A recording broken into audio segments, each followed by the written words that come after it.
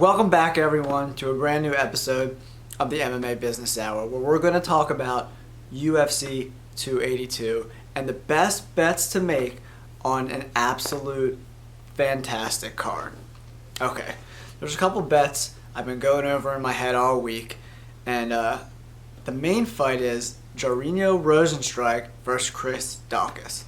Okay, in this fight, I think Rosenstrike is going to win pretty easily in my opinion.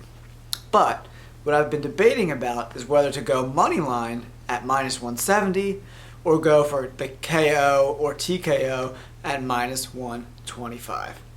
Okay, here's my reasoning between each. Chris Dawkins is coming off two brutal losses, like horrible KOs. One from Curtis Blades and Derek Lewis. I mean, he got flatlined in both of those fights. So any fighter coming off of two devastating KOs, especially in the heavyweight division, is going to be extremely susceptible to another knockout.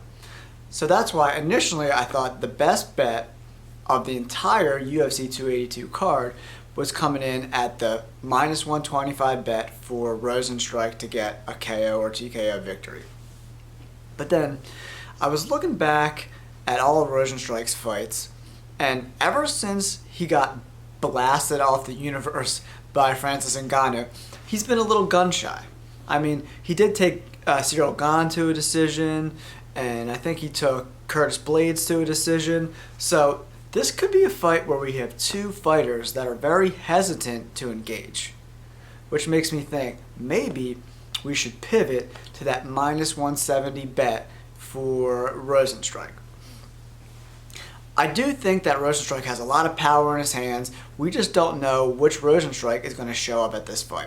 If he goes in willing to engage, I think he can get Dawkins out of there pretty easily, in my opinion.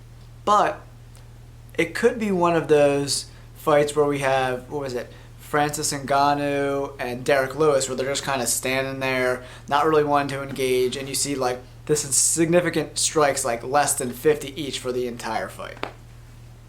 So that's why I'm leaning towards the minus 170 bet for Jairzinho Rosenstrike to win this fight. But if you want to add a little more risk, okay, you can do the minus 125 bet for Rosenstrike to get the KO over Dawkins. Like I said before, Dawkins has been flatlined in his last two fights, and that chin might be a little suspect going into this fight. What do you guys think in the comments below? Do you think that we should go with the Rosenstrike minus 170 decision? Anyway, he wins the money line at minus 170, or do we just simply do the minus 125 and go for the KO? Let me know in the comments below. Okay. The next fight, I think, this is probably the best bet of the card. I made a little video about this fight specifically between Paddy Pimblett and Jared Gordon earlier. Make sure you check out that video and a little more. There's some more details in it than in this video. But I think Paddy Pimblett to get a win inside distance at minus 120 is a very favorable bet for all bettors. Because we know Paddy likes to bang, but he also likes when he hurts people to get that neck, get that rear naked choke and make people tap out. So this gives us a little more flexibility in this fight with minus 120 odds to get the KO or the submission. I think that is a really, really interesting bet for UFC 282. But what do you guys think in the comments below? Do you guys agree with my bets, or do you have some other bets that I haven't talked about? Alright, also I want to give you guys some bonus picks that I'm not 100% certain on, but they are interesting bets. Okay, one of those bets is Alexander Hernandez versus Billy Quarantillo. Okay, I always thought Alex Hernandez had the potential to be a top 10 fighter at lightweight. He's had some ups, he's had some downs. Sometimes he shows up and he looks incredibly dominant. But he's got incredible physique, he's got power in his hands, he can grapple a little bit. Then he ran into Cowboy Cerrone, and he's kind of been up and down since Cowboy beat the shit out of him a couple of years ago. But he's recently moved from 155 down to 145, so I think his power is really going to translate in that fight. And he's an underdog in this fight. And I think the odds are coming in at around plus 140. So I think that's a really interesting underdog bet for this card on Saturday. Okay, the last fight I want to talk about today is probably the most interesting fight on the card. We have Bryce Mitchell versus Ilia Topuria. Okay, where do we get started in this fight?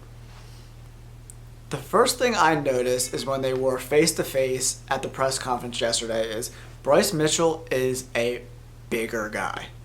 Okay, so I thought originally that Toporia's hands were going to be too much. I mean, if you watch some of those embedded videos, this dude's hands are so lightning fast, man. He packs a ton of power in his punches, and I thought he was going to maybe steamroll through Bryce.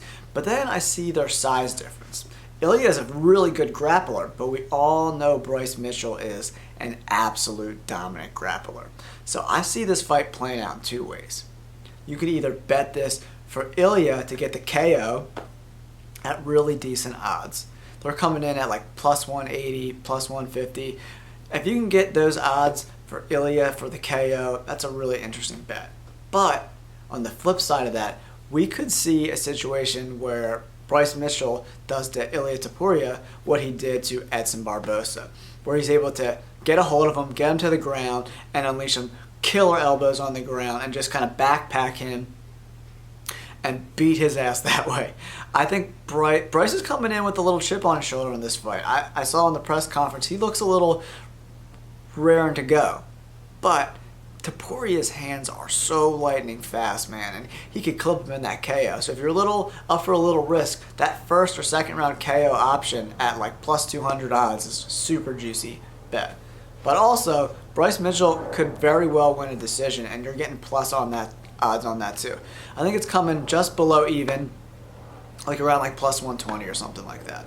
So they're my bonus bets. If you guys have any other bets that you like at UFC 282, put them down in the comments below. We can have a great discussion about who's betting on what, and maybe we can find some hidden gems in this great UFC 282 card this Saturday. If you haven't yet, please like and subscribe to the channel so we can continue to bring you some of the best bets here on YouTube. I'm really excited about this card. I hope you guys are too, and we'll catch you guys on the next fight.